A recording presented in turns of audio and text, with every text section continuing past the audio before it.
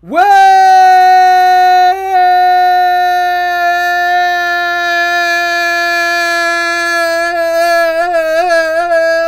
back to the Mike Will experiment. Woo, I was feeling that one. I am here today. So much excitement for such old games, but no. I am here today to play, excuse me, Atari 50. So what this is on the Nintendo Switch. It's also on the PS5, Xbox, PS5, I said that already, PC, I think, and that's pretty much it. So, you know, I grabbed this. I was hoping it would go on sale for Black Friday, but they want that sweet cheddar. And it wasn't in the top 30. I bet it could have been if it went on sale, though. They might have made a mistake there, but I ponied up regardless for a couple of reasons. One, there are some games you can only play on here that you cannot emulate, such as Jaguar games. I'm going to do a separate video about the Jaguar games, though. I want to focus this video on my review and looking at the non-Jaguar stuff. We will look at one Jaguar thing just to show you guys, but I'm going to make a separate video about that. So as you can see, it's pretty neat. You've got all of these, arcade origins, birth of the console, highs and lows. So you can get a lot of the history. Look at the PC section here. Oh, you unlock it by exploring it too. That's cool. Start of the 70s. Computers at home. If you guys want to read these, you can pause it. Atari 400. Then it was the 800. First gaming PC. Star Raiders. Which we can play. Let's go ahead and jump into Star Raiders, guys. This is an Atari PC game. Released in 1982. For the Atari 5200. That's another reason I wanted this collection. I do have another Atari collection that does have... It does have... I think the 5200 and 7800 versions of certain games, which is what attracted me to that collection, because I think you can get the emulators for 52 and 7800 though. The Jaguar emulator does not exist. Well, if it does, it's very... There probably is one, but it's not like you can't do it on an Android phone, for example. It's just not easily to get. You can't get to it easily. This is the easiest way to get to it. Same kind of goes for this. I don't think there's an emulator for Atari PC. I could be wrong about that. Let me know in the comments below. I didn't research that one, but I know the Jaguar is limited when it comes to that. But this is hard. I actually saw a 5200 in person at a place called a Time Capsule. I have a video about that. And I actually have a video showing me playing.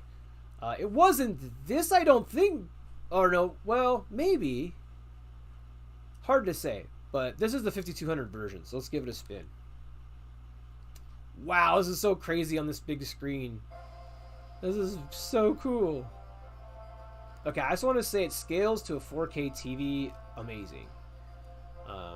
This collection is probably... I would say... one of the best collections that I've ever played. The Cowabunga collection is really good too. We have a review of the Cowabunga collection on this channel as well. But this game, or this collection, they hit all the right notes. And just so you know, these live reviews, what I do is I do a review live, but I play the game prior, get to know it a little bit, and then kind of dive into it even deeper during a live review and then give a score. I don't know, man. I'm leaning towards 10 out of 10 with this, though. I wish there was a better game selection, but I can't really hold that against. I wish they didn't have some of the dumb games that are on here that I'll show you at some point, but you unlock, like, math for the 2600. It's just like, why? This is actually pretty cool. Okay. What are we trying to shoot here? I'm not quite sure, but... So, yeah, this is not 2600. This is 5200. So you can see they're kind of trying to be a little bit more fancy. There's some scaling here. So that's one thing you will notice is there's scaling, which there isn't in the 2600 games. So it allows you to create this 3D effect. This game is making me a little nauseous, though, to be honest.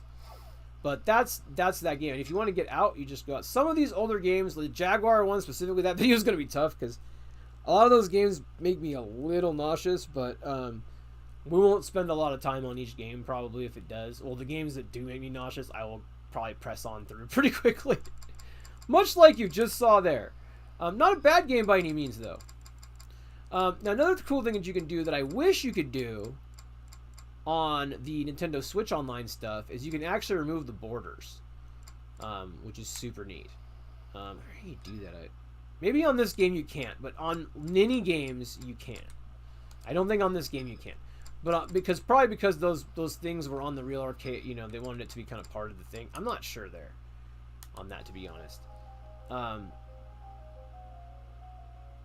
Yeah, Star Raiders was the first killer app for Atari 8-bit computers. The 5200 version running on very similar hardware, but with the convenience of analog joysticks.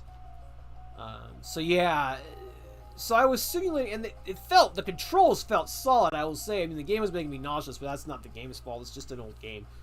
You know, it's crazy. Pokemon doesn't make me nauseous, but that makes me, you know, it's like, ugh. I couldn't play it for very long. But you know, you're not really playing these games for very long. It's not the point. The point is to kind of delve through this history and then go, oh, a game, I'll try it out. But this box art is actually the Atari computer box art. So we're going to take a look at this. I'm very curious about this, actually. So let's take a look at this. So...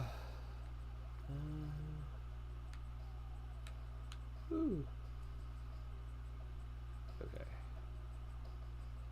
Okay, so these were cartridges that went into their computers. So Commodore had something similar. Commodore 64, which I guess the Atari 400 was probably sort of a competitor. Did I not bring my dang drink in here after all of that fussing? Oh, I did. Okay. I was fussing about having my drink, and then I just frickin'... Oh, it's so much better. It's so much better. Oh my goodness.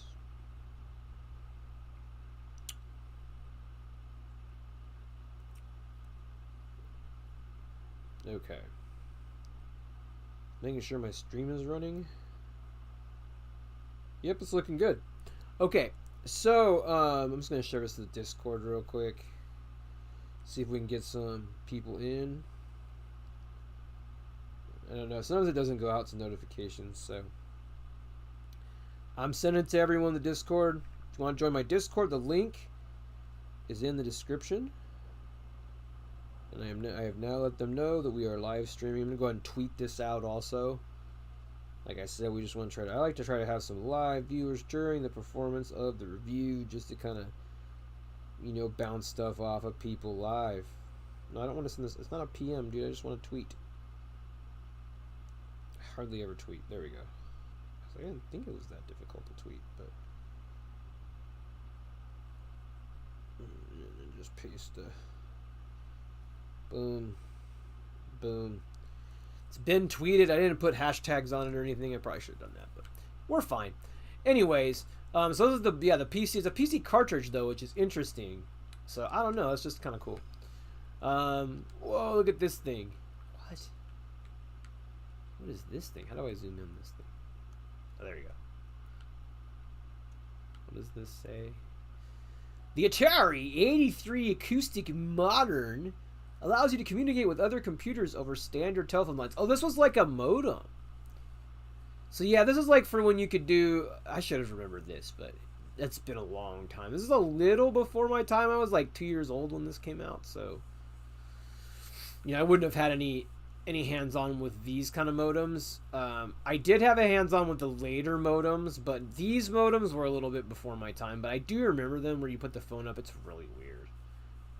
Like, that was their solution back then, was you put the phone up to the thing. I don't know, man. It just doesn't really make any sense. So, but that's pretty much that. You know, standalone acoustically coupled, which is what they call that, I guess. I mean, it's pretty neat. Really slow though. Oh, a TV commercial. Let's roll it. Oh crap. Let me do that. Hold on. This is where I was at, right? Yeah. I want to see the video. There we go. Let's watch this, guys.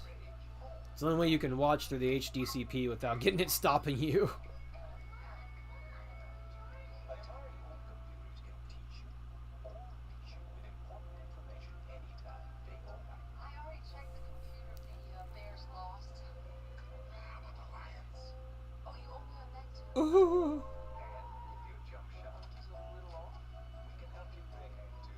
Uh-huh. They're so cheesy, you know, like... Look how cheesy this is! It's so cheesy. I love it, though. It's a simpler time. Look at that! That's crazy.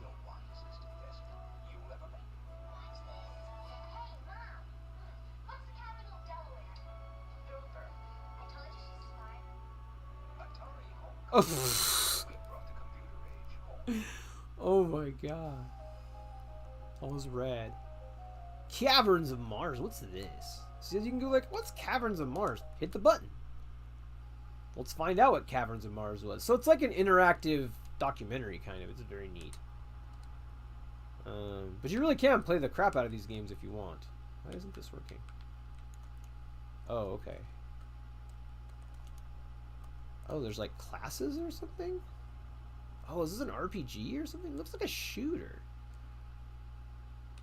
I think, are those difficulty levels? I don't quite know what it's asking me. Oh, this is like, oh, this, okay, this isn't making me sick at least. This is like, whatchamacallit? Space Taxi. Oh, yeah. So I think this is all there is to this game, which would get old fast, but we'll at least get through a level. I should probably be blowing up the fuel, I guess. Or am I supposed to? Well, I guess I am supposed to blow up the fuel. I guess by blowing up the fuel, you get fuel, which is, you know, an old school way of doing things. Now, these games come with the full instruction manuals and everything. We're probably not going to go through all that. That's a little too deep of a dive for this kind of video, but we're just doing the basic documentary part. And obviously, if you don't want to spoil this stuff, you can, you know, fast forward through whatever, but this is just kind of for people that might be on the fence about this, or just, you know, looking to experience the classic Atari stuff. Like I said, it is on the Switch, it is on PCs, Xbox. Okay, this is like different. Is this randomly generated or something? Or is it just like, I don't think it's randomly generated, but it must be like, I don't know, maybe? Ah! I'll say these old games take a lot of concentration, and like you just have, it's like, you know, you're so used to having a break. I'm like, where's the end of the level? Where's the end? Where's the checkpoint? It's like none of that. You're just like if you don't get it exactly right, you're done for. Now you can do an upward movement too, which I probably should get good at, because the upward movement, so you can do kind of like a little upward movement. That actually, now this game is actually really good. This is a cool game. I've never played this before, but yeah, I would have played this back in the day for sure. Probably got bored of it pretty quick though. It just doesn't seem like it. I mean, maybe it does something different after you get past this first area, but I'm kind of not so sure about that. Ooh. Oh, do we make it? Nope, there's still more. That's what I'm saying. You're like, oh, is that the end? Is this the end? Oh God, what's happening? Oh my God. Okay, it is different. Ah! This is nuts, dude. I'm gonna die. I should die. Very cool. Now I'm curious what these options are at the beginning. No, I didn't mean to do that. Okay, so what is pilot? Is it just faster?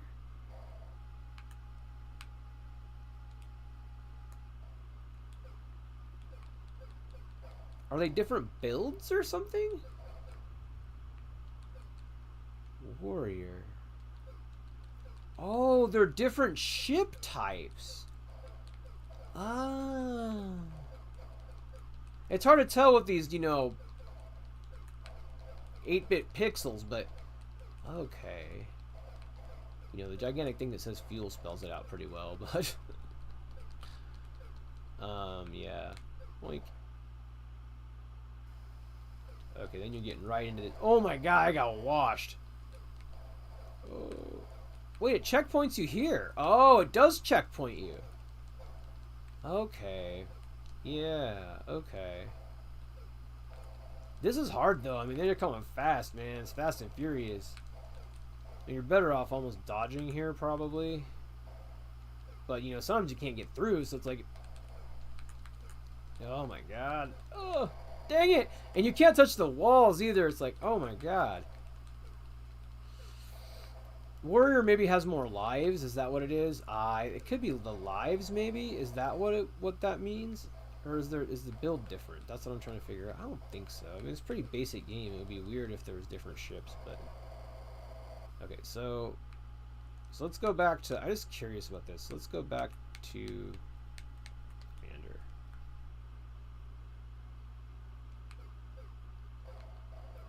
I don't know. I can't really tell. I'm sure there's something there. But anyways, that is... Oh, see, you can try... I have the borders off. And I do have borders. It's a TV, so if you kind of want that... You know, maybe I will get less ill with the borders. We'll try. The borders are neat, though. But you can also turn them off, unlike the Nintendo Switch online service. Which, you know, I think they got that right for sure. So we're going to go ahead and quit out of this guy. Yeah. So that's Caverns of Mars by Greg Christensen. Also plays on XE Game System and XEXL computers. Okay. Cool. Its biggest seller, the Atari ultimately published it as an official game cartridge. Oh, so it's a homebrew. That's really cool. Oh, time for another video.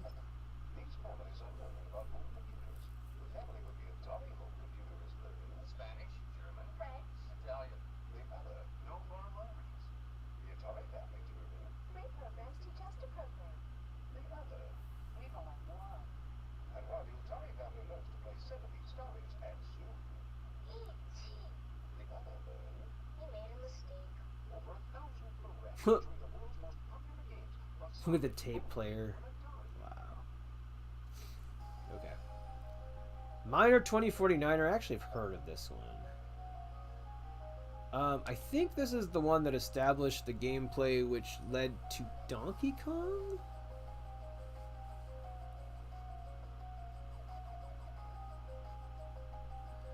Yeah, is it Donkey Kong? I'm trying to remember.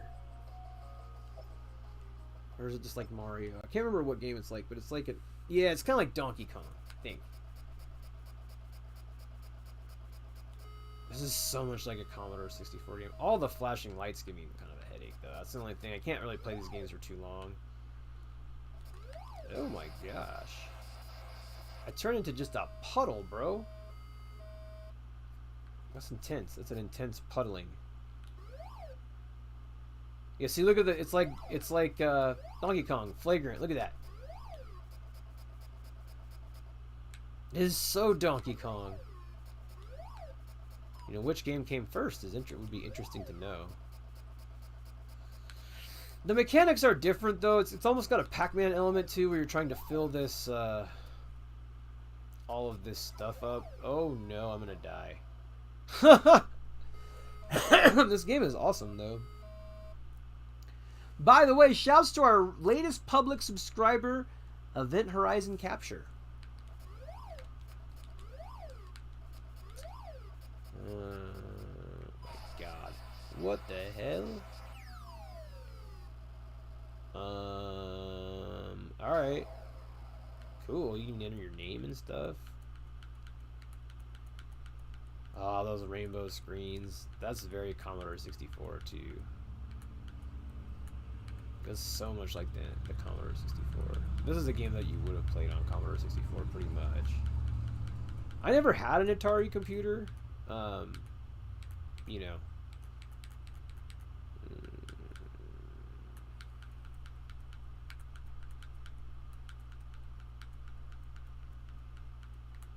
So this is real slippery trying to get the gameplay is not this slippery, thankfully. Yeah! Let's go. I'm gonna go again. This one I like. I have not played this. This is still very playable. Like, some of those games are not. But this one is still very playable. Like, anything... Okay, so I guess you don't have to jump over them like Donkey Kong? Or do you? I don't know. You can't jump off the edges, by the way, and it will let you jump off the edges. Oh, bah! No! You turn into a puddle. God dang it.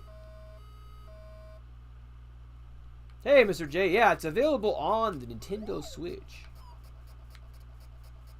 The Nintendo. So I'm playing it on. I'm using my Pro Controller right now. Pro Controller. My used GameStop Pro Controller. It's actually been pretty good. Okay, so how do you know if you can... So there's the ones that are flashing that you can jump on? I'm so confused. Or is it by jumping over them you kill them? Just like Donkey Kong. I can't figure it out. Not sure. Oh, look at that purse. This is like I guess that's what that is. I don't know if that's a purse or... That's just like Donkey Kong. Boom. Oh, maybe by getting... Oh, I see. When they're not flashing you... Okay. It's more of a Pac-Man thing. So, okay. It's like a... That's like a power pellet. Okay, got you. Ah! Oh my god! Goodness gracious. No, this game is classic. I can tell this game is classic and I never even touched it. Like, this is a classic.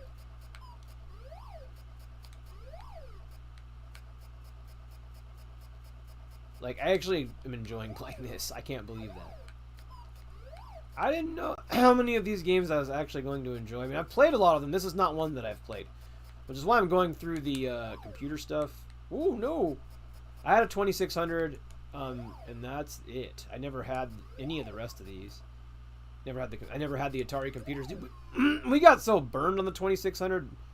Because when I got the 2600, like at the end of... I did have it when I was a kid. Like, I think 5 or 6, well, older than that, like 7 or 8. But when I was 7 or 8, the Atari was like almost out of date, you know, and my dad bought it for me because it was cheap. Shouts to my dad for doing that. But he always bought my games for me, which I appreciate. Mom does that too. Still to this day, actually. So are the colors just random? This game is intriguing. The colors appear to just be random. I just want to see what happens when you finish a level, which I have not been able to accomplish yet. I love the color paletting, though. Ooh, no. Oh, it's blinking. Ah! No! Why did I do that? Why? For what reason? For what reason did I decide that it was time to do that? Only fans of... Yeah, retro games. You understand it. Ooh. This is a fun game, though, honestly. Like, it's hard for me to get into retro games, but this one is actually grabbing me. They don't usually do that. Unless I have, like, nostalgia. Like, obviously I don't have nostalgia for this because I never played it, but... If I have nostalgia, I can play something for hours, but it's like, this is just a... God dang it! Mr. J, I need to get you in here to do that jump for me. Spence, you can't just come hang out and then I just hand you the controller and you can do that jump for me because I can't freaking do the jump. No, I got this. Hold on. Before I... Yeah. Yeah! What? Jesus. Dude, that was hard. That was not easy. Oh, good, that doesn't kill you. I was about to say, oh, that was stupid. No. We're almost there, guys. What will happen when we get to the big axe up there? Is that an axe? What the heck is it even that supposed to be?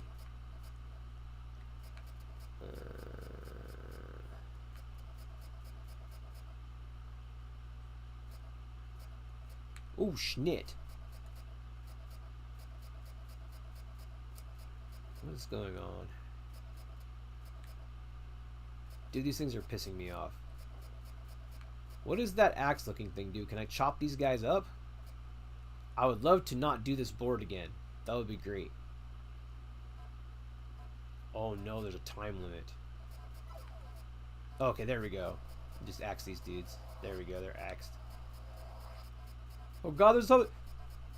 Ah! Shit. Oh. That was... Okay, so there's different boards. Okay, so there is different boards. I was curious about that. It's like Kangaroo, too, kind of. Which I also love. So this game just has a lot of elements from... And they don't come back once you kill them, right? So yeah, you can clear them and then they don't come back. Which is kind of nice. Oh, there's slides! Where? Hold on.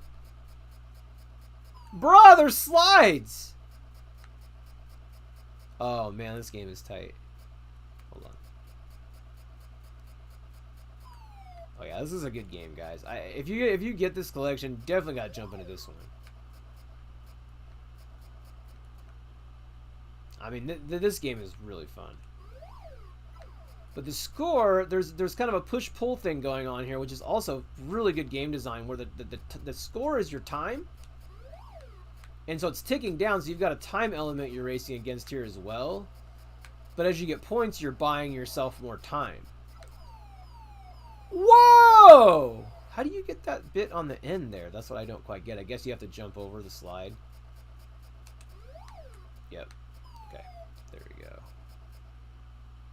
Okay, I'm running out of time, but this bag ought to buy me a little bit of time. There we go. Oh, they're making it. Yeah, those little ones you have to get on the end. That's tricky. I'm gonna die, I think. It's not gonna be the celebration that there was after the last one, I don't think. Oh, that's dirty. This game does you dirty, man. Oh my goodness. Yeah, I'm not gonna make it. Suicide! Oh my god, Station 2 Zone 1. So it's like almost like Mario. Interesting. What do you think about this game, Mr. J? It's kind of cool. So I guess... Oh, I see. You save those tiles for the slide till the end. Oh. Yep, my brain's catching on. My brain's still working. For all this school and all this work, I'm still able to figure that out. Kudos to that. Ah! I thought about a second about not going. Okay, guys. So this game is phenomenal. It's called Miner 2049er. I highly recommend this one. Let's look at the instruction manual. Oops. Big 5 software. Look at that.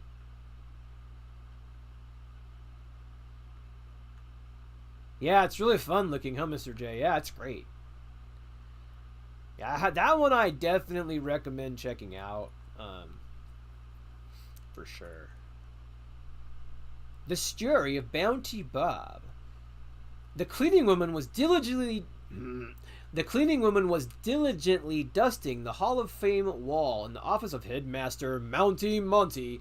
Monty was quietly doing the boring paperwork that all Mounties, Canadian, must attend to. Excuse me, sir, but why is there a big black wreath around this one picture? Inquired the cleaning woman. Slowly removing his glasses, he looked up and studied the picture she was referring to. That is the famous Mountie, Bounty Bob, answered Monty. Bounty Bob was considered by all to be the most loyal, heroic, and charismatic Mountie that every province has ever known. My best Trey Parker. The cleaning woman was entranced.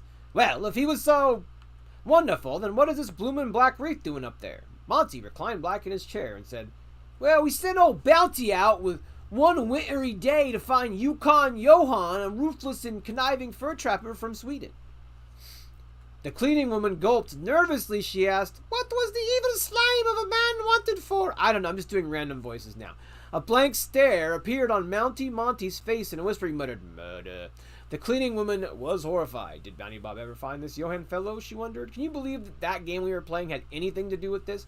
Apparently he did, replied the headmaster. We found his dog sled stopped outside an abandoned uranium mine, once owned by Nuclear Ned, whoever that is.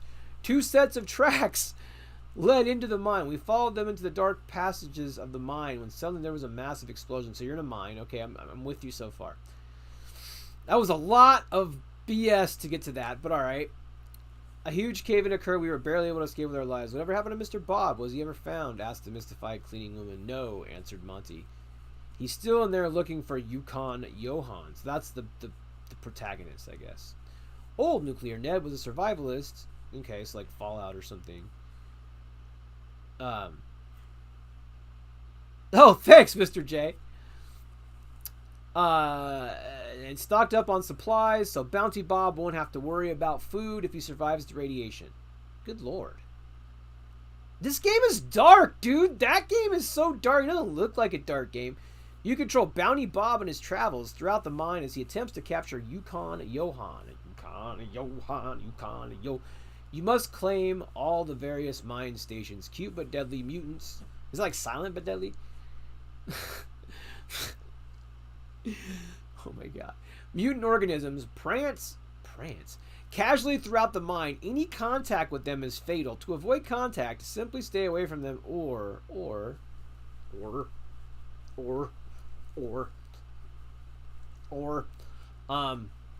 I'm oring. Terrible jokes today. I don't even know if I was really oring or not. Capture a touch of them and you'll be awarded points. Additionally, the mutants will turn into green happy creatures that are now edible. Huh. Quickly run into them before they return to their deadly forms, and you will eliminate them and score points. Whenever you walk along sections of frameworks in the mine, the sections immediately under your feet will turn solid. To advance to the next station, you must claim all sections of the framework. Okay. Top center of your display is a miner timer. Right, now I got that. So I figured out the game, but so that's pretty cool. It's all pretty basic. But yeah, that's the plot of this game, if you can believe it. I can't. It's so ridiculous. Juggles House. One of the major selling points of personal computers to parents was the fact that a computer might help their children get a leg up on their education. Juggles House. 1200 Atari XL. That thing's pretty sleek looking. Yeah, I never got into the Atari computers. It's crazy that they made all these computers, and it's like weird to me. Did people buy these things? Oh! The high $8.99 price tag made it such a non-starter that Atari took it off the market within months. Oh dear. Oh dear me. Atari 600 XL. Atari quickly moved to replace the failed 1200 XL with two cheaper, smaller models. Oh, this one I do remember. This is the only one I had. I remember seeing this in the store. This is the only one I remember. And KB Toys had this. What year was this? 83. What was it? 83? Nah, I would have been too young. This must have been left over at an electronics store at KB, and they were trying to get rid of them 10 years after they came out or something. But I remember seeing this and I was like, what is this? You know, it has its own like cartridge slot and like, but it's got a keyboard. But why do you need a keyboard? You know, the 800 XL in particular was Atari's best-selling computer model of all time, which makes sense because that's the one that I saw in the wild. Is that friggin' Alan Alda, who's still alive and looks almost exactly like this? Can you believe that guy? Wow. Dude, this was like 40 years ago. The guy still looks like this. How?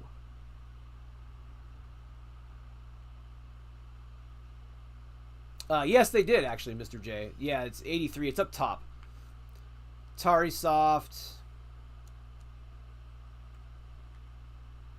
Oh, they're comparing it to the... It's Commodore 64 is what I had. Apple II. Oh, Atari Soft. I'm like, oh, these are their games that they made. I'm like, why are you bragging about other people's computers?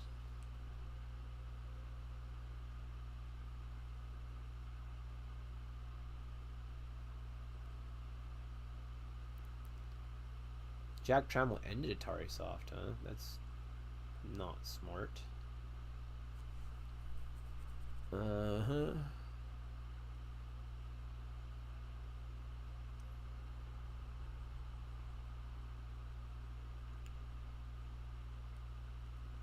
Oh, Jack Tramiel came from Commodore. new 16-bit PC. Oh, because they only had 8-bit PCs, yeah. Bounty Bob strikes back. So this is the sequel to Miner 2049er. Oh, we gotta play this. Whoa, it's like... Interesting.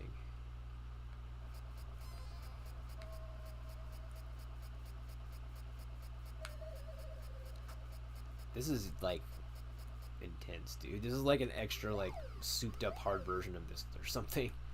How am I supposed to even get by that dude? How do you grab the ladder? What do I have to do? Oh, I see. You have to go to the top. Okay. Wait, what? Ah!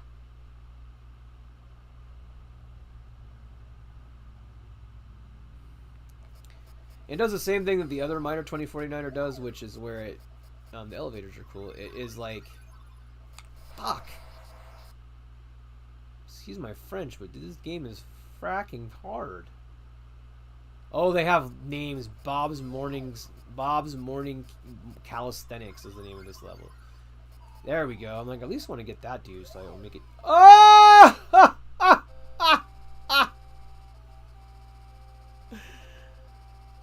Okay, we get it. No, that's cool, though. That's cool. It's a lot like the other game. I actually like the other one better, kind of, but... It's alright. Atari ST. Now, this is like one of their last computers, I think. I do remember these. The powerful 1632-bit MC6800 microprocessor. So this is a pretty powerful machine. For the time, basic or logo, built-in expansion ports. Okay. Atari XE. Okay. XEGS. Whoops. God dang it. Hold on. XEGS is a big one. There we go. Here's the XEGS. This I've seen. Metal Jesus did a video about this one. So I have seen this one also. Yeah, so this one I'm familiar with a little bit more. This is like a desirable collector's one because of the gun and stuff. So this one is actually a desirable collector's. It's like rare.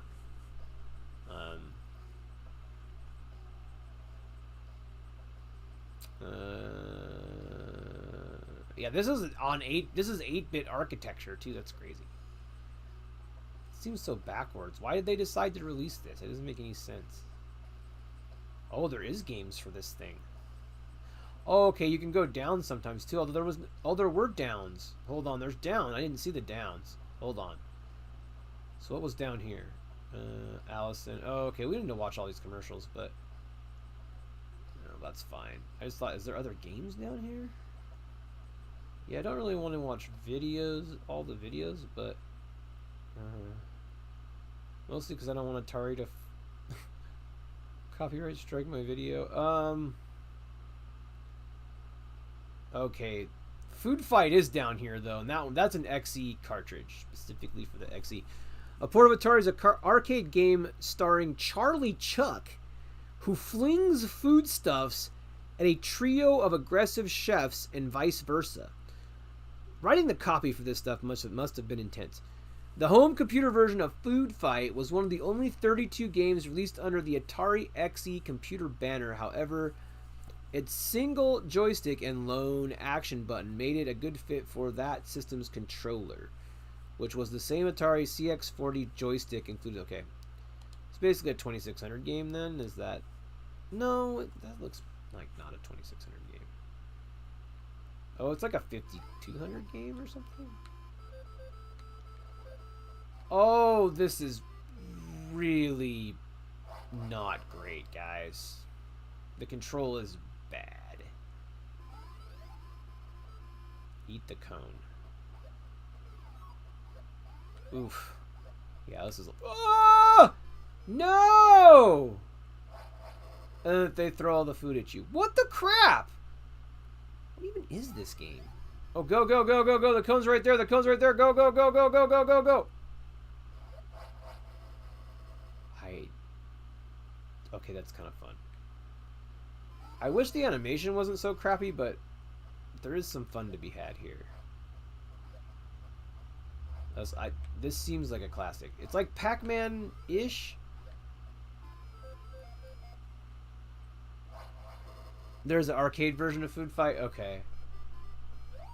Yeah, this is not the arcade version. It's not a bad port, though. I mean, other than just... The animation is very, like, 2600, so it just kind of, like, gives me a headache. I don't really like that old school animation on, like, this old school of animation. The dripping ice cream comes. Oh, so I see it can drip till it's gone, too. Okay.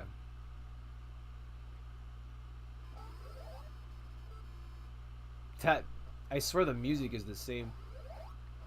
Oh, you can throw the food. Okay, so that's the other element. Okay, so you can, like, throw food at these people. So you can actually... the foods can't hurt you. Okay. Well, I guess some of this stuff can hurt you. This can hurt you, I assume. Oh, no, it can't. It's just buns or something. Ah, okay. I think I lost the food fight, though. Yeah, let's get into the food fighting. Ah! No, no, no, no! Okay, okay. That's actually really fun. I'll be honest. But that's the XE version, which actually is a pretty... Whoops. Is a pretty decent version. I'll say. It's not bad. Original art. Cute. Alright. Jack Strikes Back.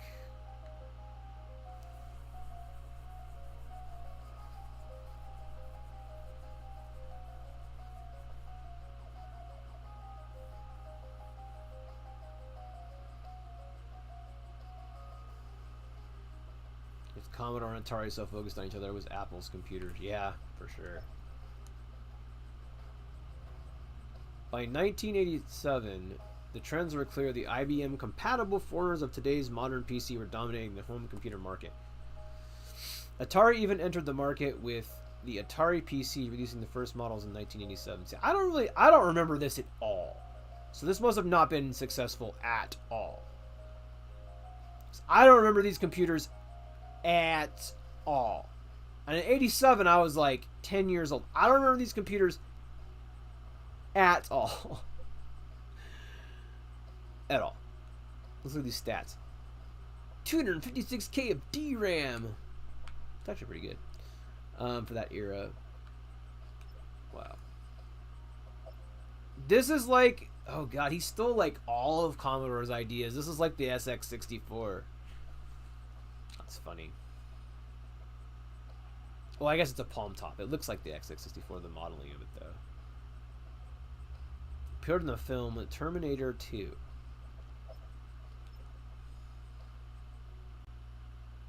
Atari's final computer was the Falcon in '92, a 32-bit machine that was only produced for a year and is today a high-priced collector's item. Ooh. Was it a PC, though? I don't really go into it too much. Yoomp. What is Yoomp? I'll bite. What the heck is this? Ugh, please no more flashing lights, man. My eyes can't take no more. Oh, this is so... Commodore 64 era. Plus fire to Yoomp. Whatever that means. Jump? Does Yoomp mean jump? Have this delicious mango thing.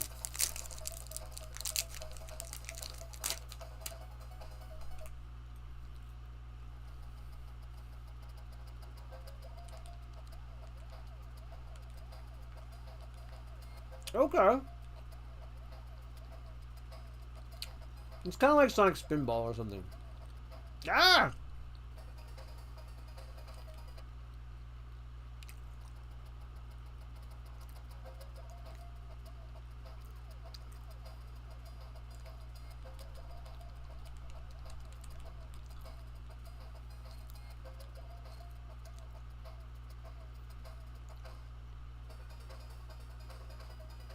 Yeah. Yeah, music is good. The gameplay is...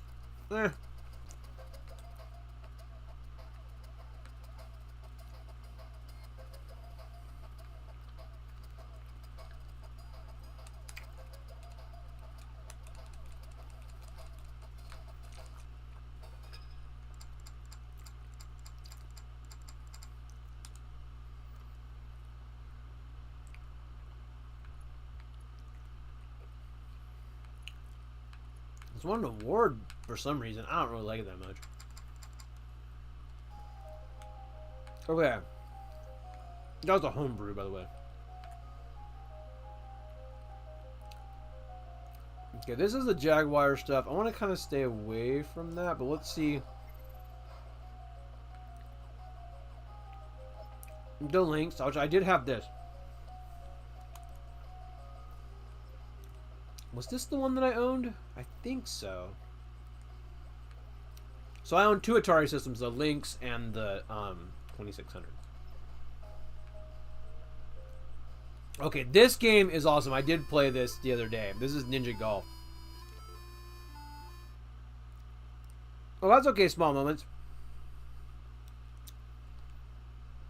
I should have added you.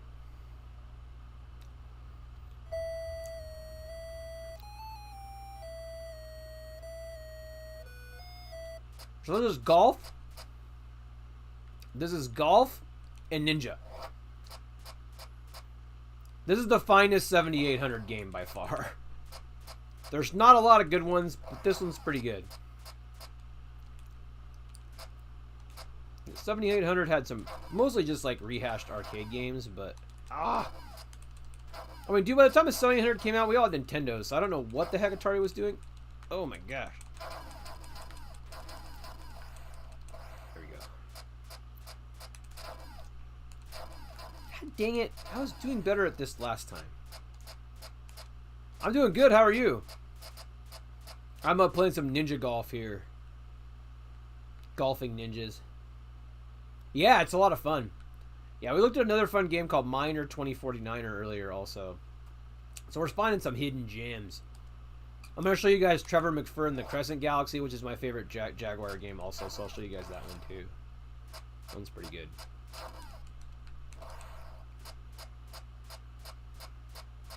I pretty much bought this entire collection just for Trevor McFur because I always wanted to play it. And there's no other way to play it. I might do a review of just that game, possibly. Oh my goodness. I am great. That video really put me in a great mood. Yeah, right? Hard to be in a bad mood with all that going on. You know what I'm saying?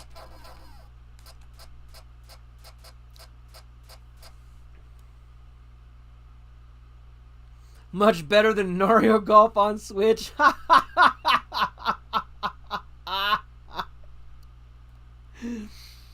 Yo, Mr. J is clowning. Holy crap. Oh!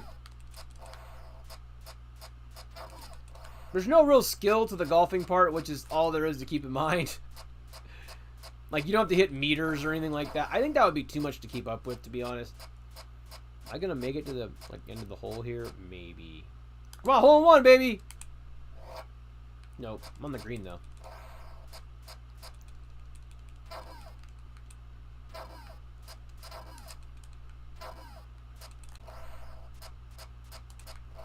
Oh my... Ah. Come on, man. Ooh, nice. Oh yeah, and then when you get on the green, there's just some random boss. This is the part that cracks. Oh, I must have lost a life or something. It's so random. Apparently they do keep your golf score, which I don't know if you can actually hit it any farther though, or like change your... I don't think you can. All you can do is just aim. I don't think you can like do anything else. Look at the... It looks like a gong.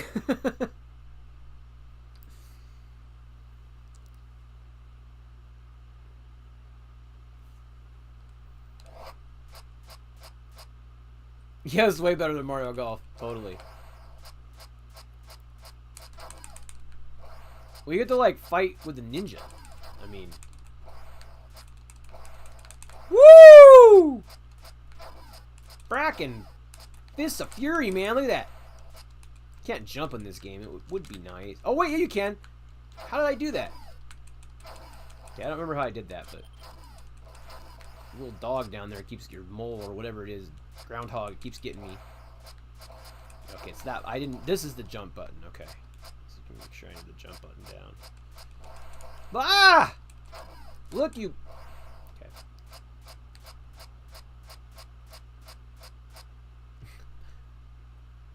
All right, here we go. Oh. Like, I'm not sure how you would stay out of the rough because, or the sand trap. You can't really control the how far you hit. Dang it! There we go. Ooh. I'm finally getting that thing down. It's giving me a hard time. Oh, right. Maybe it's I wonder if it's just RNG. I'll bet it's just RNG. God dang it. Oh! I got freaking ran over. Dude. I was ninja-like, though. There we go. There's some ninja foo.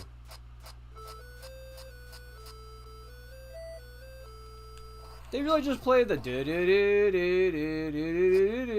in the sand trap? Cause there's a cobra in the sand trap! Oh my god! Oh my god! Oh my god! Why is there a cobra? I guess they played the music to let you know it was going down. Dang. Get me out of here, man. Why is it always gotta be snakes? Every time it's snakes. Why does it have to be snakes? Yeah, this game's developers are ahead of time for sure. It's probably one of the best games on Atari. Honestly. Oops. Dang it. Just in general. It's unequivocally the best 7800 game. It's not even close.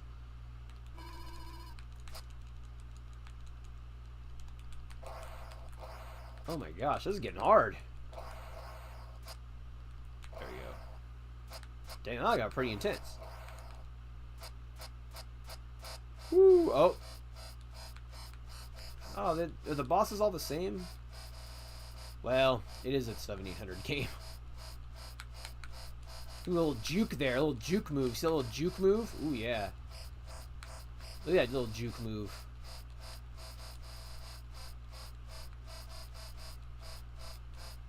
I can't tell if it's... I must have died. I don't remember dying, but I must have died. Anyway, guys, that's Ninja Golf. Just want to see something real quick. I thought I looked at this before. Battle for every hole. Sounds really bad.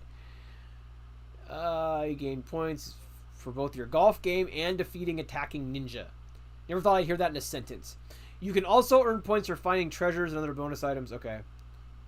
Once you've completed all 9 holes, be ready to challenge the disguised Master Ninja. Okay, so there is, each hole probably has a dragon, and in the end, there's the Master Ninja. Okay.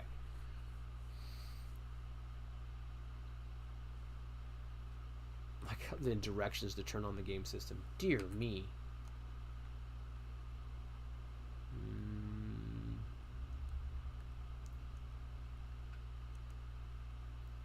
Like, they literally just wrote paragraphs on how to play a game back in the day. There's, like, no bullet points. It's just paragraph, paragraph, paragraph, paragraph. Well, there's some bullet points, but this is like just a run-on sentence. There's no pictures. The action window shows gameplay, including enemy encounters.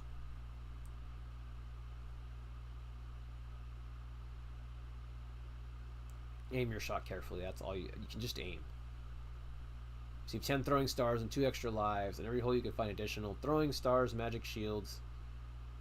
Game is over when your health rating reaches 0. Okay, so each of the 9 holes has, like, the snake was the second holes thing, I guess. Each thing has its own unique stuff. When you have successfully destroyed the guardian, the whole score screen appears. Press the fire button to display the game score.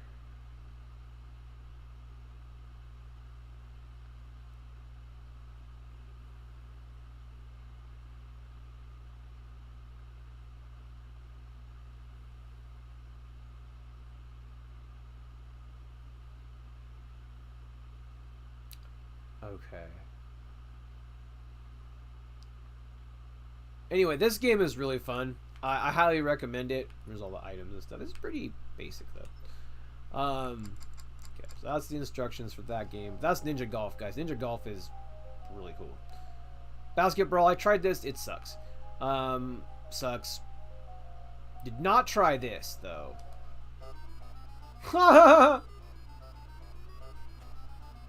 We're playing 7800 stuff now. I haven't played a lot of 7800 stuff, so I'm excited. I've got the dog. Go to the phone at the east end of the junkyard. Oh, dang it. Mr. Big, the guy from Sex and the City stole my dog? I don't understand. That's not Mr. Big. Oh my god, what is happening? What is this nonsense?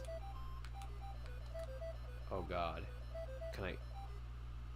You totally could go in the fracking trap. Oh, I was just kidding.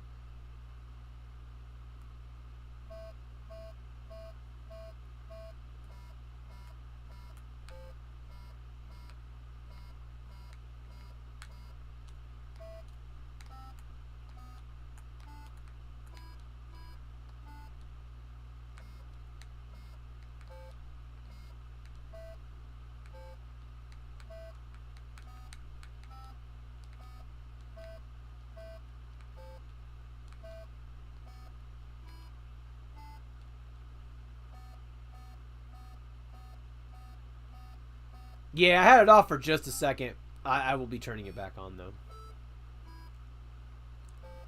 Thank you for the heads up. I don't really know what it's asking me to do here at all. Like, play the... Oh!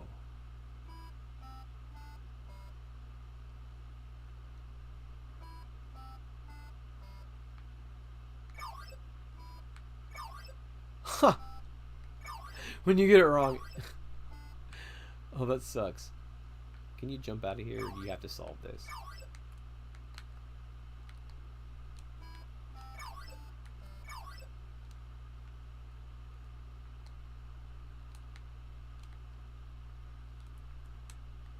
Ah, is it gonna make you solve this thing? Okay, let's just 1, 2, 3, 4, 5, 6, 7 keys. So it's 7, 5, 6, 2. Okay. No!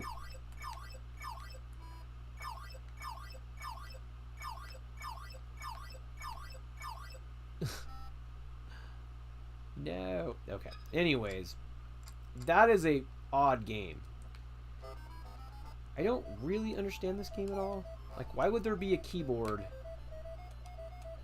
No, we don't want to go on refuse only. That puzzle. No, thank you. Okay. What even was that? Like Blue's Clues, yeah.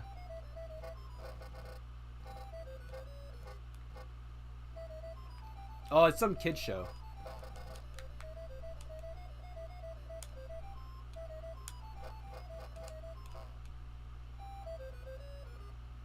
Like, are all the refuse things...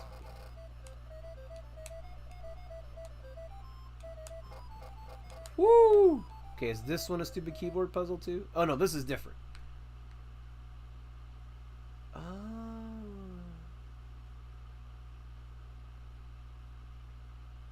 I have to say, this game is...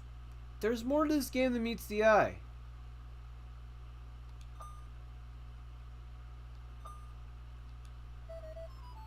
That's cool. So each one does something different. Okay. Ooh, schnit.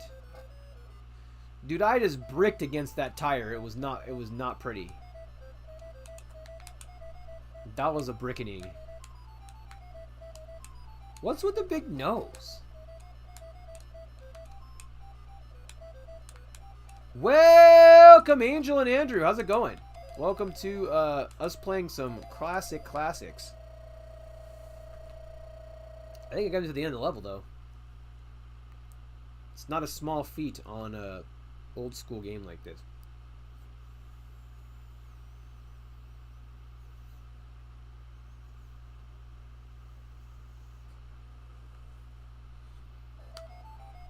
Eisenhower Lane. Okay. Did I just Mario that? I swear to you, I just Mario'd that. I'm actually kind of intrigued by this game now. First I was hating on it, but I'm now kind of intrigued by it. Hello? Hello? Hello?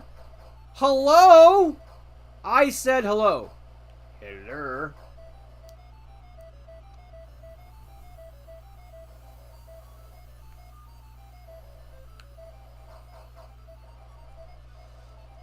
I am gonna play around and lose all of my time.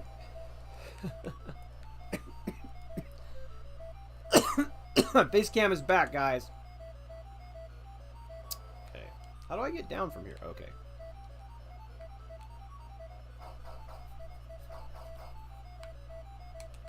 Lord have mercy.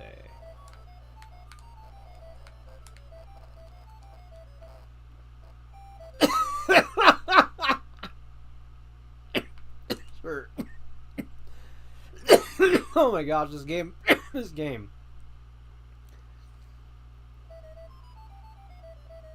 Is a Mario clone? Yeah, kind of like that, Angel.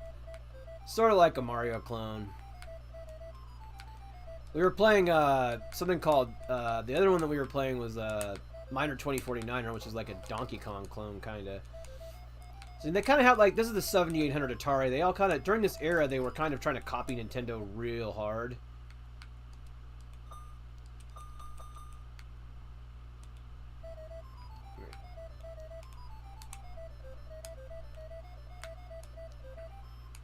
Ah! No. Well, let's see what's in here. Magic cans. Sure. I'm a sucker for just buying random stuff. I don't even know what it does, but I'm going to buy it. Your inventory's at the top. So it's kind of like an early way to manage an inventory. There's the phone. Kind of like an early way to manage an inventory, which is pretty cool.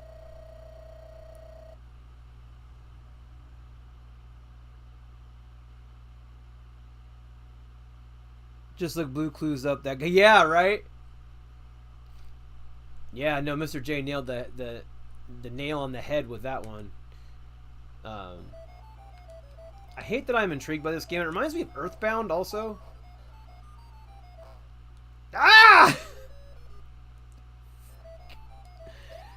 Dude, and then Mario'd that brick. I told you I Mario'd that brick. That's a straight... That mouse just jump out the window? Oh, mouse is, you know, it's not that... Ah! What? What? What in... Okay. I think we need to do this. There we go. Trying to get through one more level. Oh my... I don't think it's going to happen, though. And you just start over at the beginning of each world, just like an old school, like Mario Bros. Ah. The game, this is very much like a Mario clone, though, in the sense of it's a legit game, but they're trying to make it like Mario, yeah. Nah, we're good. Oh, Scraps! Why'd you let me down, Scraps? Oh my goodness. Poor Scraps. Anyways, that's Scrapyard Dog. I actually like this game a lot, so that's another 7800 game. I kind of am sad I missed out on the 7800 because these two 7800 games are really good so far. Oh, there's a Lynx version of Scrapyard Dog? Was there really? Let's peep game on that. Okay.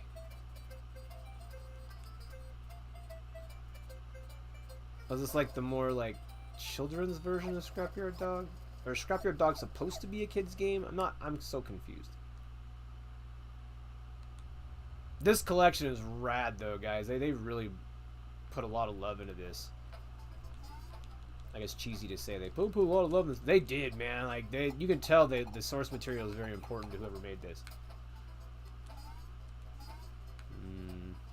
This is a completely different game, by the way. This does not capture the same... I know it's a handheld, but it does not capture the same This is not a good version of this dog game at all. Look at this. It looks terrible.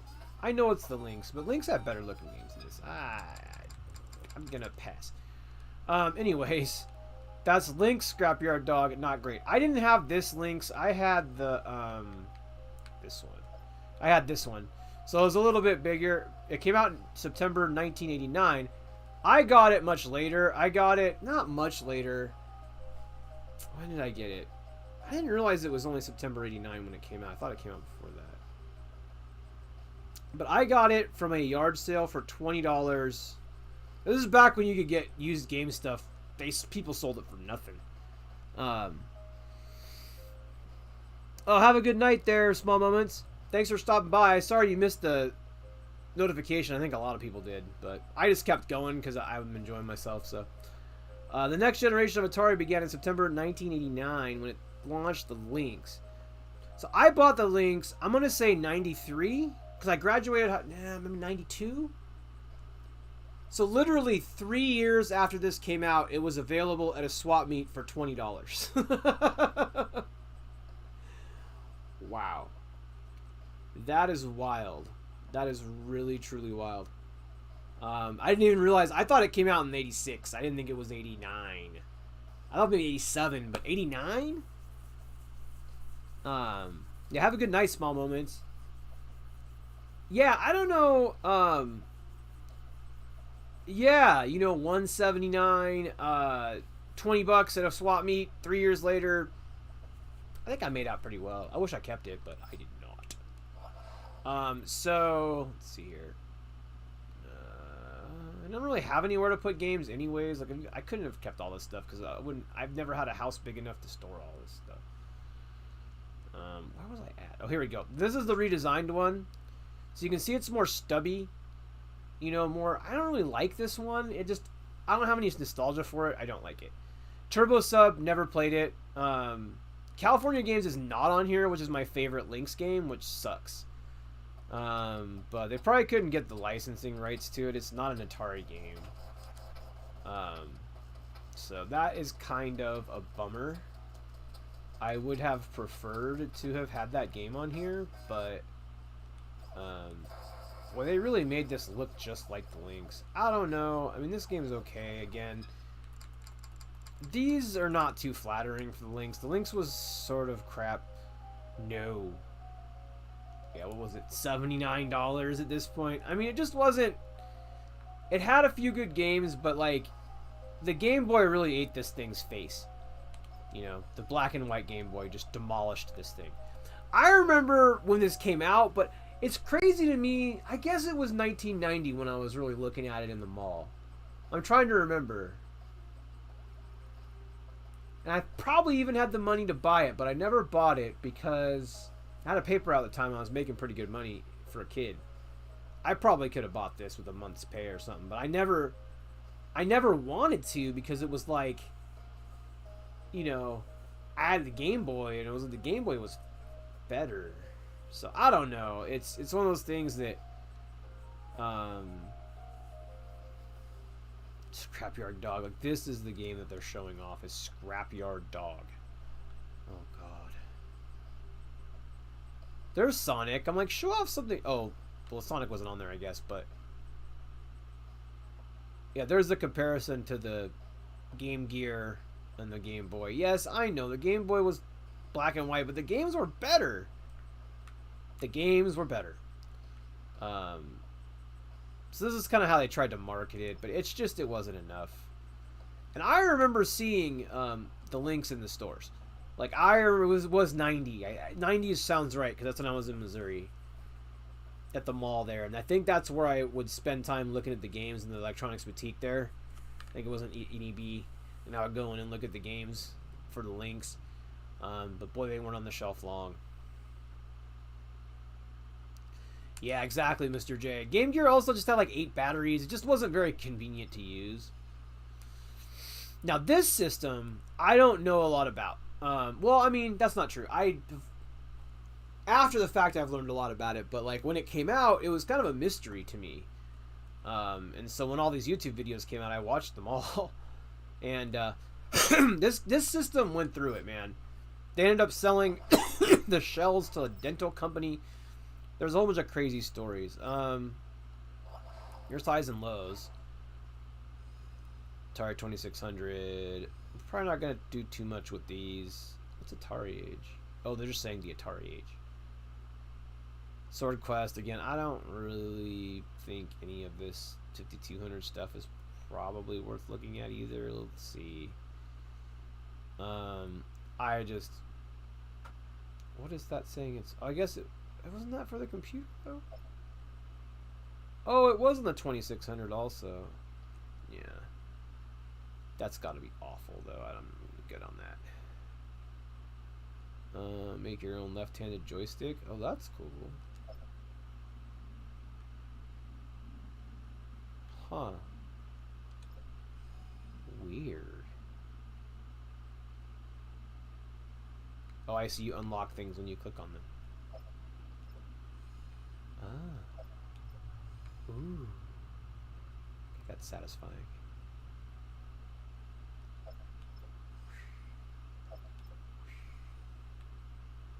Okay, that's pretty satisfying. Oh, the burial of E.T. Right. Millipede 2600 again. I wouldn't pay 2600 versions of any of that stuff. Get on that. 2600 Junior. There's a Metal Jesus video about that too, I think. Atari after the crash.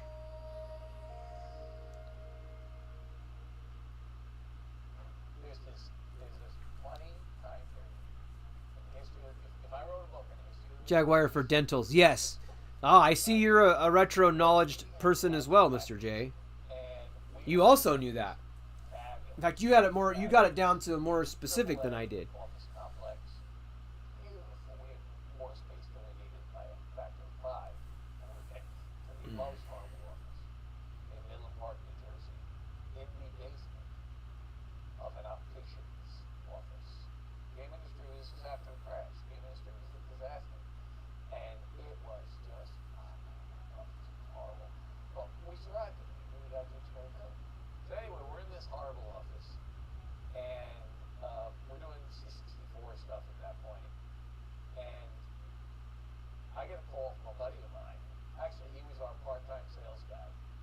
These guys are so old.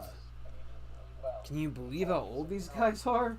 Talking about video games is crazy to me. This is gonna be me one day, talking about video games like this guy. But there were 26 million consoles in homes, and people were going to Toys R Us saying, "Why don't you sell games from my Atari anymore?" So I said, "Wow, that's interesting. How many would you buy if you had a bunch of about 20, 30,000 pieces probably?" And I said, No, I know you do, Mr. J. I wasn't doubting you. I was just kind of surprised you knew that. But you watch a lot of the same people that I do, so that makes sense. Do you watch Metal Jesus? I'm a pretty big Metal Jesus fan. That's who really got me into the Atari. Well, not the Atari, but just like old computers and stuff. He has a lot of good videos about the old computer stuff. That's why I like him. He doesn't know too much about console games, but he knows a lot about the old PC stuff.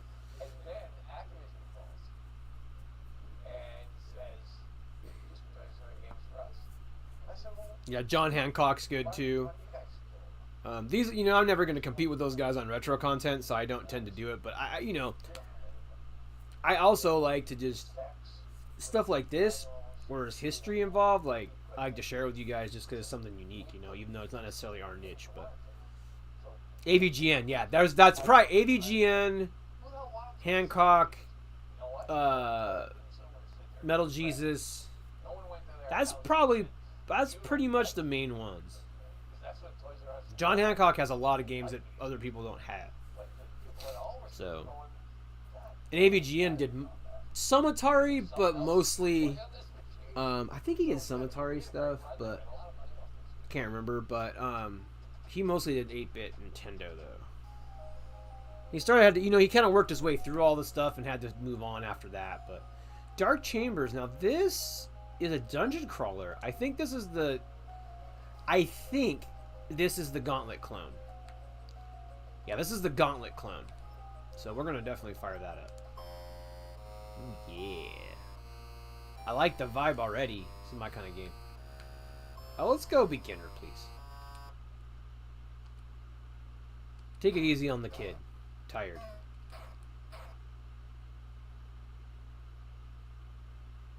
Oh, my feet are cold. This house is cold. Ugh. It's so cold. It is so cold here right now. You can see I'm beanied up. Put a blanket over my feet or something, man. It's like freaking freezing. Shove this pillow under my feet or something just to have something to protect it from the cold. Holy moly. Okay, so let's see here. I need to get some thermal socks on or something. Yeah, this is definitely poor man's Gauntlet. Like, this is not as good as Gauntlet. I mean, I'm not surprised by that at all, but I mean, this is also a Commodore 64 level experience. This is what this reminds me of. Zelda clone, kinda, yeah. Exactly, yeah. Very similar. You know, dungeons and exploring and find. There's a key there that we have to find, obviously. So let's grab the key. The 1700 was an interesting system, though. This is another good game for it, though. It's not as good as Gauntlet, but it's another good game for it. That's 3 good 1700 games, which is interesting. I didn't know there were 3 good 1700 games, to be honest. I was not sure about that. But yeah, those. Ooh, okay. This game is actually pretty cool.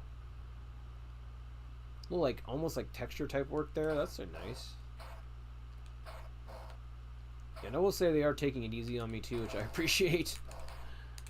There we go. Allows me to, like, actually commentate while I'm doing this. Okay. This is $39.99 on the eShop. This package, it's really worth it. I mean, you might wait for a sale. It will go on sale, but Atari's milking it right now. And they should be. I mean, it's a really good game. I don't blame them for not putting it on sale, to be honest. They worked their butts off on this thing. I gave them $40, so, you know, my work here is done. And I made a video about it, and I'm making another video about it. So, you know, my work here is done, folks. Oh, my God.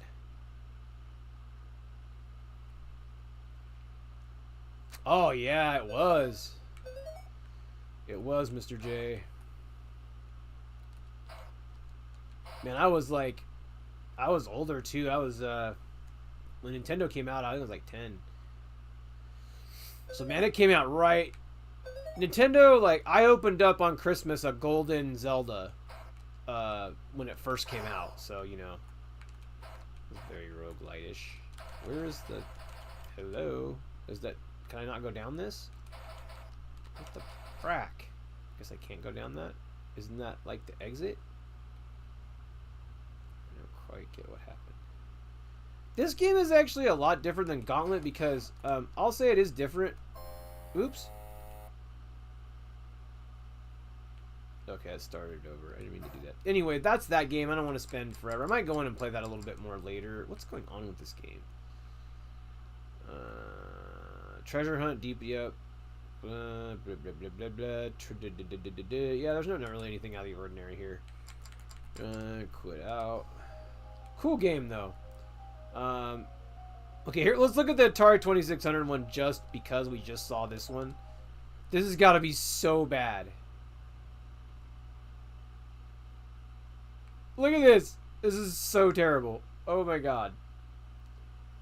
Just, the 2600 was a hard system to love, guys. Like, it really was. Like, it was, you had to have the best imagination. I mean, this looks like some kid drew it, you know, it's not, I mean, no offense to kids drawing things, but, you know, it shouldn't be the game that we're playing. Dude, these old Atari games are hard to deal with. Ooh, that's so ugly. Anyways, I don't play a lot of the old Atari stuff, but interesting that there was a 2600 version. Boy, the 7800 version is a million times better. Birth of the console. This is all 2600 stuff. Yeah, I'm not going to be doing any of that. I don't know if I'll even touch any of that stuff, to be honest. It's not why I bought it. Highs and lows. So I think we got through. I wanted to get through 1700, and we'll touch on Jaguar, but I'm making a non-live stream video for Jaguar after this. So, okay. So let's go ahead and go to Trevor McFur here, which is what we were looking at links. Oh, here we go. I guess we were in the 90s here. Maybe we didn't get through everything. Oh yeah, see, now we're on the Jaguar. Okay, so there's Cybermorph. We'll look at this one too, because this is like one of their big games. Well, this is Cybermorph. Kind of see the graphics. The big controversy with this Atari Jaguar is that it really isn't a 64-bit system. It was bullshit. For lack of a better way of saying it. And they even, I think there's a video where they talk about that here. Where is it? Oh, we gotta watch this too. Oh, it's just a photo. I thought there was a video on here. Maybe it's further down the way. Ooh. Oh, so this is that they had overlays that went on the controllers, which is kind of weird. But the controllers had overlays on them, and that, like extra buttons and stuff. They don't show the controller here. There isn't as much Jaguar stuff here as I would like. Oh, there it is. I'm like, where's the controller? So yeah, you could put the overlay on this. It's a very weird controller, guys. Like, it's just very odd. Welcome, Toxtricity. How's it going?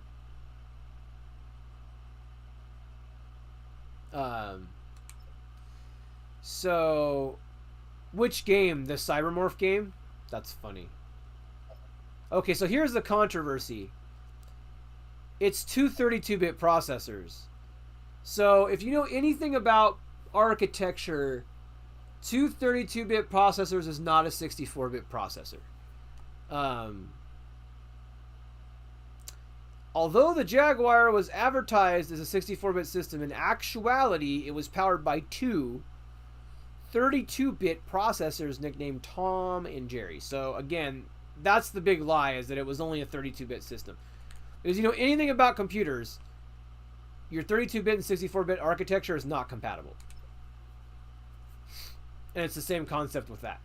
So we're moving on. So we're going to take a look at Cybermorph. I haven't actually... Did I look at this? I can't remember. Ooh, the music is funky, though. They did have, like, some kind of crazy 64-bit sound card or something, though. So the music on the Jaguar is probably, like, some of the best. If we're going to crank this up. Hold on, guys. This is good. This music is something else. Man, listen to that.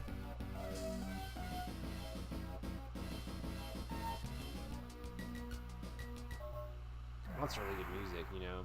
So yeah, I mean that's really what kind of one of the things that it shined at, you know. You go to different planets here.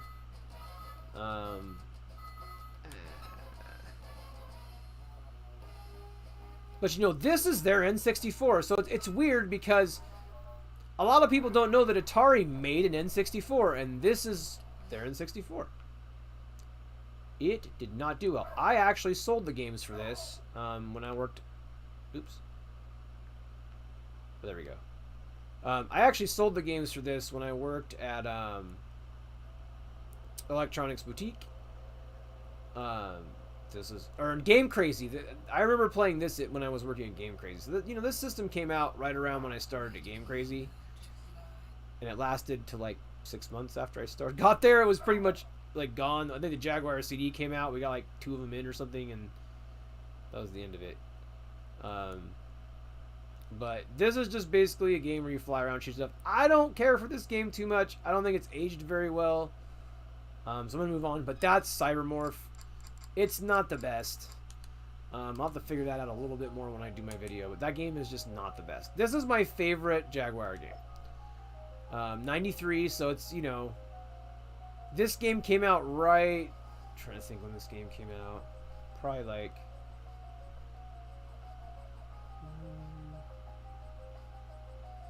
trying to think. It came out... Where was I at that point? I think this was out like right when PlayStation was coming out. So it's like, you know, think about, you have to kind of compare think about what was on PlayStation, and this is what you're getting from Atari. So, but it was also like their N64. If that makes any sense. So, because they didn't really have a 16-bit system other than their PC, which I guess a 7800 was a 16-bit system too. I think, yeah, I think, but it wasn't the best 16-bit system, you know, for sure. Now this game is good. I thought it uses the power of the Jaguar pretty well. The Jaguar does have nice rendering and nice like scrolling. Like those two processors allow the parallax scrolling to look really nice and smooth, like you can see here. This really is I think this is their best tech demo and the game that aged the best out of all of them. It's definitely the best game that's aged the best besides Tempest probably, which I'll show too. Which is the most popular game on the Jaguar, but this is my favorite game on the Jaguar. It's a shoot 'em up. You know, I like shoot 'em ups. I'm not very good at them, but see, you have like these different weapons and stuff, so it's very like, it's a good shooter. You know, it's like Einhinder or not as good as that one. That's what I mean. PlayStation kind of blew away this system. It's definitely not as good as Einhinder, but it's in that same sort of category.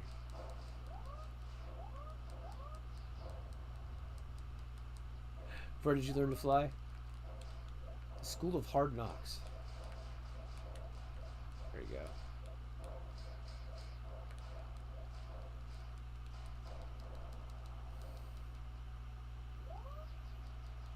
Yeah, apparently everything flies in this game. Look at that! That was cool. Very Raiden-like with the weaponry in this game. But this is the whole reason I bought this, if you can believe it. Dang it! Because I'm not a huge shoot 'em up guy, but this one's pretty simple, which I like. It's also like got some unique stuff, like these weapons. The graphics are pretty clean. You know, I think this is like the best looking game on the system. Like the backgrounds look nice. I was always jealous of this game when I was like, I think it was a Game Crazy, because we still had them, but it like wasn't for very long. And I remember like, oh, it's got the Life Force kind of thing going with this too. Like it's just very good game. Probably easily my favorite Jaguar game.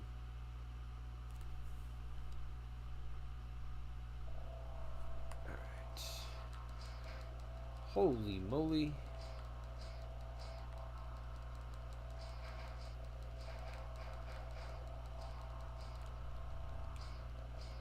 Like the Kryptonian shield. Got the Krypton shield. Emerald shield. What am I supposed to be hitting here? I don't actually know. Doing some kind of damage. Oh, there we go. God dang it. Ah! Come on. Stop messing with me. Ugh. Come on. No.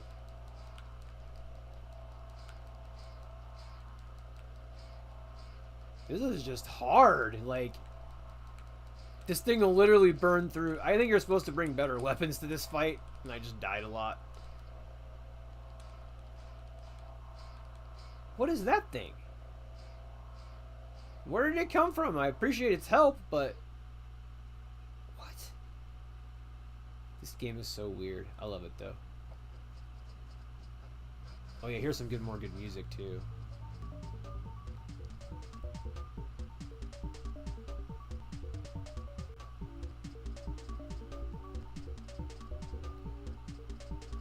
And this game, you can't really play it any other way. Like I was telling you, Mr. J, this particular game, maybe they have it in another collection, but I don't think so. I think this is the first time. And believe me, when they release 3DO games that I like in this fashion, I'll be getting whatever collection that is too. I love the 3DO also. Another forgotten system, but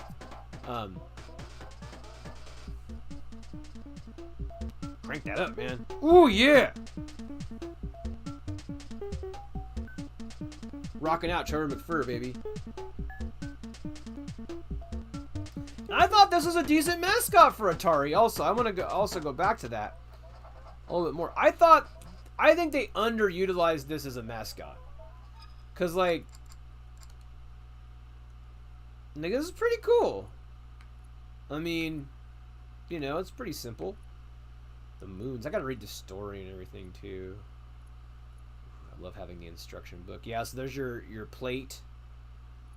You know, all that good stuff. Okay. Nope. Yes. So that's Trevor McFur, but look, it seems like kind of like a marketable like dude. You know, little cat dude. I think Atari had something here and weren't really able to capitalize on it for, you know, because it was a cat. I don't know, but I think it's fun. Yeah, why is head a lion? Yeah, that is weird.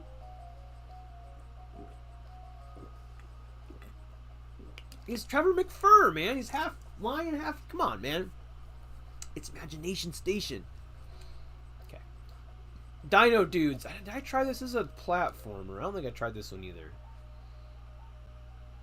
So we've reached about the limit for this live stream, but I'm going to push it a little bit further just to see a couple more things. What is this? Okay. These do not look like 64-bit games, I'm sorry. Like, think of Neo Geo, you know? They have their own unique, like, charm to them, though, I'll say that. Which is why I wanted them in my library. I don't want this to sound like I'm bashing the Jaguar, because I actually really like the Jaguar. It's probably, like, one of my favorite systems. I would probably have one if it wasn't for this collection coming out. I might have bought one eventually, but now I don't think there's any game that I don't have that I would want. Like Trevor McFur is the whole reason I bought it, so that would be the only reason I would buy a Jaguar, pretty much.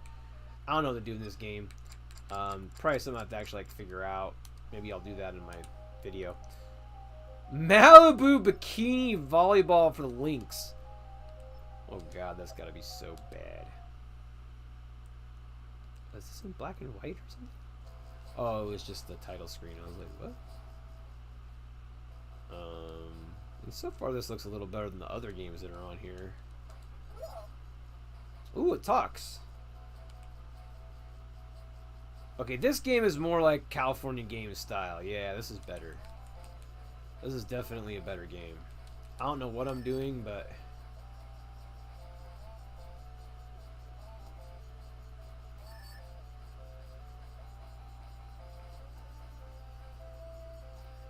But Atari kind of went out with a whimper, though, man. Other than Trevor McFur, which they nailed that game. But one game ain't gonna save you. This game does not control well. I get used to it at a point, but... And quit. And quit. Okay. So, chewing up the competition. Tiny Toons. I don't think this exists, guys. This Tiny Toons, it's coming soon. I don't think that game exists. Hold on, I gotta look this up. I think that is Vaporware. Let's take a look. I think that is massively vaporware, though. Hold on, let's check it out.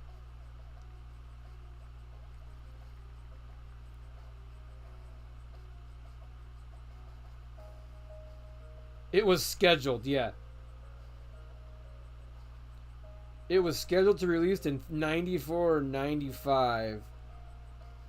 Oh, okay. It was before it got discontinued in 96. So, yeah, we had it still 3 years after that. Probably got canceled. Yeah, it did. Raiden, that did not get canceled. Trevor McFur, again, that's my favorite one. I mean, I always saw this on the back of the box, and I wanted it so bad. This is the whole reason I wanted this system. Cybermorph is stupid. It was stupid back then. It's stupid now. Checkered Flag, I think, is on here too. I might try that out. I don't like that game.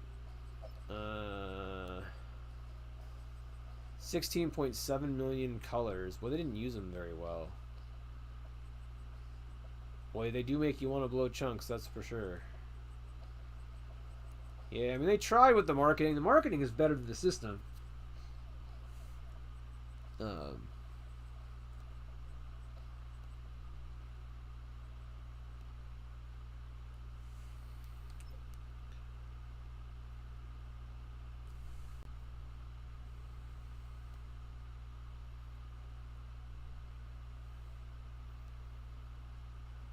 Mr. J. You must have took care of that spam. Okay, this is like their other big hit.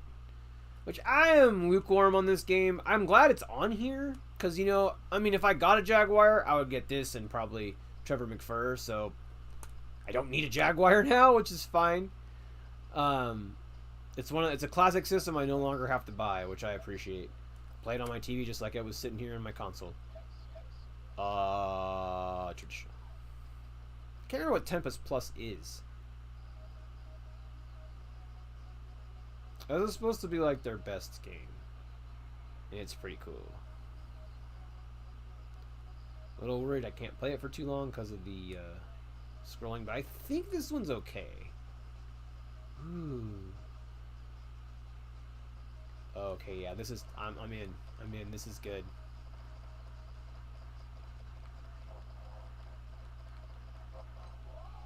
Ooh. Never was very good at Tempest. I gotta get better. Yeah, and the reason this game did so well for them is they stuck with what they do best, which are these simple games. You know, they try to. Problem was when Atari would try to.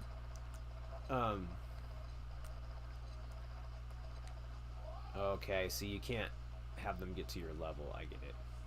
I haven't played Tempest in a long time, so I like refamiliarizing myself with the rules. So you can kind of see him coming from a long ways away. It's more like a there we go, and then you just kind of have to go. Oof. Can you D-pad this? Does it let you use the D-pad? It does. That's much better. You need the preciseness of the D-pad. If you guys play this, definitely use the D-pad. Because you need to be able to click right to where you need to go.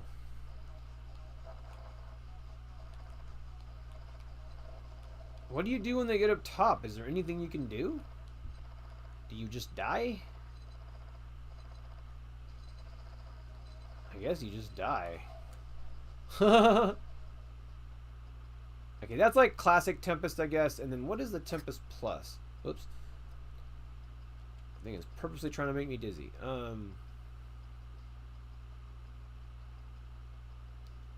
Yeah, I don't know if it's my Joy-Con stick, but it's really hard to stop. This is my only issue.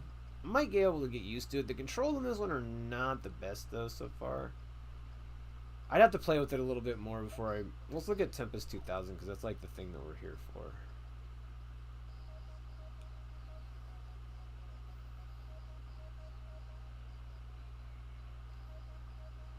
No bonus. Yeah, no bonus is fine, thanks.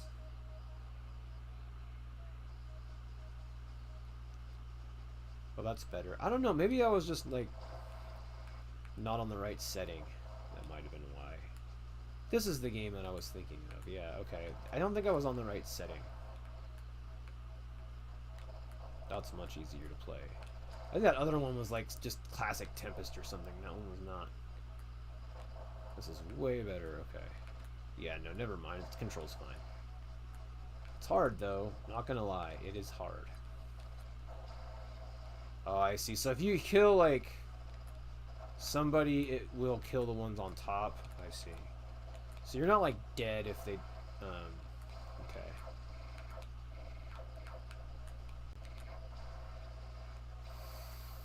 Ooh, yeah.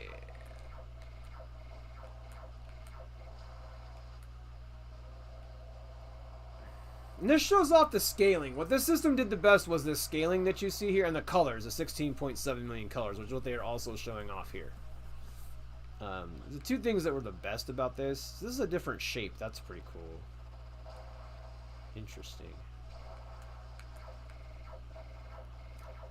So far, it's not making me dizzy, though. Except for, like, that part at the end where they do with the logo. But everything else, so far... I couldn't play this forever, but I can definitely play this on occasion. Yeah, this game is pretty cool. Ah! He got me. He got me. Yeah, this was the popular game, yep. It's a good one. Oh, I see. You can kind of hang out, like...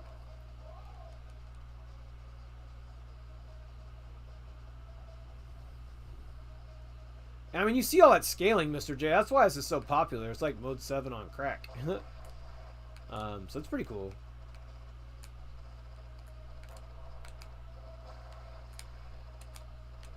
But, you know, Mode 7 wasn't what the world needed, but when this came out, it needed PlayStation. That's the problem, you know, or N64. You know, people didn't really want to go back to that, you know, like, this is cool now, because, like, being retro is cool now. Back then, it's like people were looking for the future. They weren't looking for all this stuff that still looked like the past, you know. I think that's the problem with the Jaguar, is it really just didn't move the gaming forward at all. You know, it's like, it was a good system, it had good games, like, several good games, but it was, like, not, you know, it wasn't really moving the industry forward. That's the problem. God dang it. But this is a classic, and so is Trevor McFur, so it's like, I'm so happy that I have those games, because those are the games I really would want the system for. So I don't have to buy a system, I just paid $40 instead. Dude, $40 is so much cheaper than having to buy, like, all the freaking Jaguar and the controller, find one that works. You know, go on the user groups and find one that works, and find the games that are probably $1 billion. I'm gonna look up how much the games that I'll look up before we go off of here. Okay, so that's that game. Good game. Obviously. Sold more than 30,000 copies. Okay. There's not a lot of this stuff out there, guys. There's only 30,000 copies of Tempest 2000. So what does eBay want for Tempest 2000? Let's take a look. Let's see. Tempest 2000. I want the box. I want the manual. I want everything. Because you get all that with this, you know, if you don't.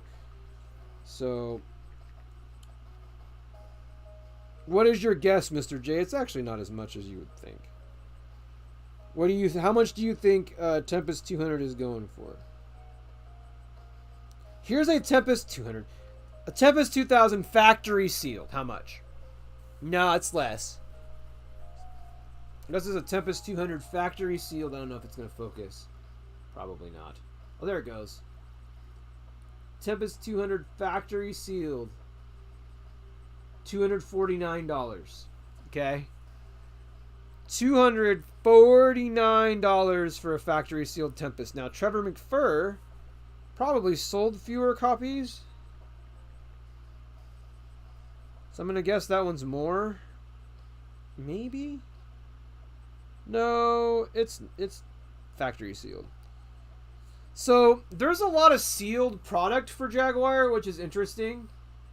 This actually makes me want to collect for it, which sucks, but so honestly, you could have got this whole setup, you know, not for too much. This one is $125 factory sealed. So you could have got, you literally could go buy 2 brand new Jaguar games on eBay right now in the shrink wrap, just like you were going to the store in 1993. It's 94. It's absolutely 100% ridiculous to me that that's possible. But Lynx has a lot of new old stock too, because just a lot of it didn't sell. So that's why there's so many sealed copies, because they just didn't sell a lot. So what you're seeing is maybe they sold 30,000, but maybe there's 70,000 in a warehouse somewhere, you know. So that's why it's not as much worth as much as you might think. Jaguar console. So now the console is where things actually get more expensive. Here's $350 for one. I get to focus. Focus, man. It's not going to focus. I should have a browser going, but I just don't. But yeah, $349 for a used one that does function, but that's not even the CD. That's just the regular Atari. Now, they didn't really get into the Atari Jaguar CD, I don't think. We'll look and see. I don't think it's on here. Atari Jaguar console plus games and cables, $265. That's actually pretty good. This guy doesn't have any of the games I want, though.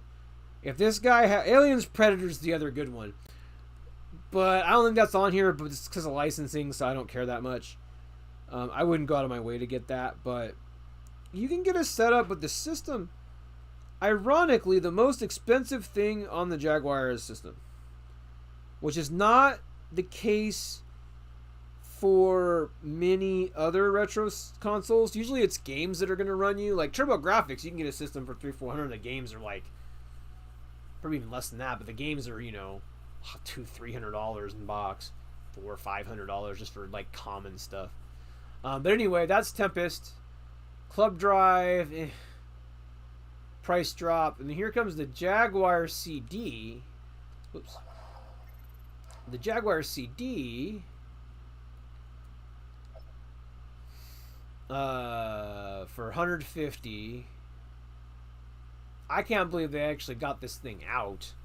I mean, that's when you think about the history of this system, they must have been pretty far along on the CD for it even to make it out. Because this thing died so quickly. You know, Super Asteroids and Missile Command. Yeah, we're going to skip that. Ooh. The Pro Controller. So the very first Pro Controller was a Jaguar controller. Yeah, man. It added 3 more face buttons and 2 shoulder buttons. They were trying to catch up to people with the 6. That's like the Genesis. They were trying to catch up, but they just weren't. Which is kind of ironic because like the Genesis came out before this system and had 6 buttons. I don't know. Instead of having all these wacky. Yeah, I mean, what is this, Mr. J? Can you explain this to me? Like, why not start with this? Like, who was like, oh, we only need these 3 gross-looking buttons on the front. Like, the regular controller looks like crap. Hold on. Like, I would definitely go for one of those Pro controllers if I ever bought a Jaguar. Because this, where'd it go? I don't know. It was here somewhere. I don't see it. But the original controller is just garbage. Let's go to the mall. Now this is not. I never remember seeing anything like this. Jaguar never had this much presence. Maybe that's like a trade show. Maybe would that be about it? Missile Command 3D. That's okay. Jaguar VR. Working prototypes are in the hands of collectors today. That's crazy. There's working prototypes for this thing. Oh my god. That had to give you such a freaking headache. Oh, I can't even imagine. This is the answer to Mario Kart. It's bad. Spoilers. Fight for Life. This game is also bad, I think. Did I play this? I want to spare you guys the bad games if I can. This is one of those. This is a late release. This released the year before I graduated high school. Holy crapo. Okay. That was a fairly late release. Begin game. God, rolling camera. This sounds like just a headache in the making. Oh, it's like Battle Arena Toshinden or something. Oh, this is so bad.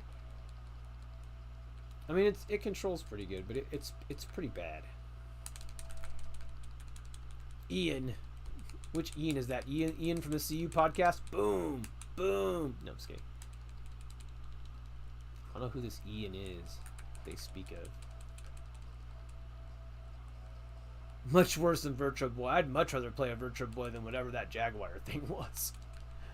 And look at these graphics. Can you imagine them shoving these graphics into your face? I'd sooner die. No, thank you. Hey guys, want to have this crappy graphic shoved in your face? No. No, I do not.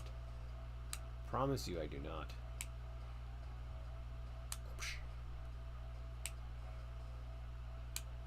Look at this. This is so cheap. This is me in fighting games. I always find the cheesiest move. This is like the short technique from wonder if that works in this game too.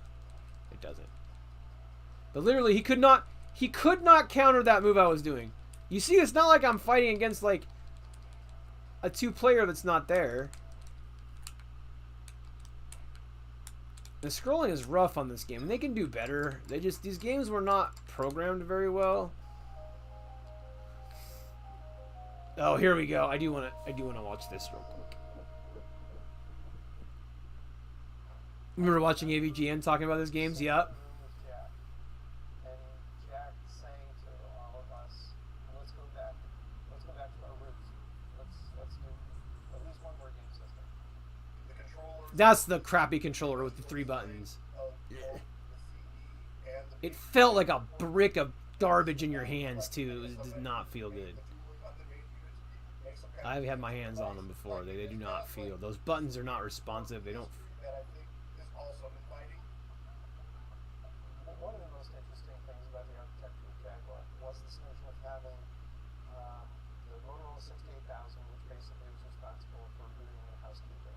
Right. And then the time and dirt chips. I mean, I think at the time, 68000 was still a strong processor, but obviously it was the Genesis and other things. So you weren't really getting that true 64-bit experience. But I think there was games out there that took advantage. There's so many features in Jaguar. Bubsy was on the Jaguar. You don't get none of that stuff on this collection though, because it was all licensed. I remember Bubsy being on the Jaguar, but I guess it was on multiple consoles. So I had Bubsy on the Genesis. I didn't know it was on the Jaguar. Jaguar was like a Genesis that came out 5 years after the Genesis. Or more than that. No, 5 years. Well, I guess not. The Genesis was 92? My perspective is the rule of thirds, where if you want to wind up with one really, really great game, Or no, 89, 90? I can't remember. because out of those 9, 1/3 probably will ship. And out of those I feel like Genesis was 91. I'm trying to remember when it was, but... Oops, I didn't mean to skip. Oopsie. Hold on, let me go back. Out of those 9, 1/3 probably will ship. And out of those 3 games, one is going to be a hit, the other will be and the other probably might be a game. There just wasn't enough momentum behind Jaguar at that time to be able to do that when Sega and Nintendo were basically already on their 3.5 generation of consoles. That was my point that I was trying to make. Yeah, it's like they if they'd have dropped this when the Genesis came out, they'd have had a way better chance. You know, if they'd have dropped the 64-bit system when those 16-bit systems were out, they'd have been great. But they dropped this around the time PlayStation came out, and man, it's over for you. Yes. Just saying, time heals all wounds. To go onto the Jaguar forums now and look at the love from the system, honestly, like, somebody that worked on it, I can't say that I completely understand it, but I totally appreciate it. I'm like, where were you guys, like, 20 or 30 years ago, Like, you would have made my life, like, a heck of a lot better. Yeah, boy, they weren't having a good time, probably, with this system. I can't imagine the employees had any fun. Beginning in 1996, when I graduated high school, Atari had only sold a total of 125,000. That's why they're so expensive. Jaguar systems and still had 100,000 unsold systems. So there's 225,000 systems. At this point, it began planning to leave the console. It had only sold 125, and it was sitting on 100,000. Oh my god.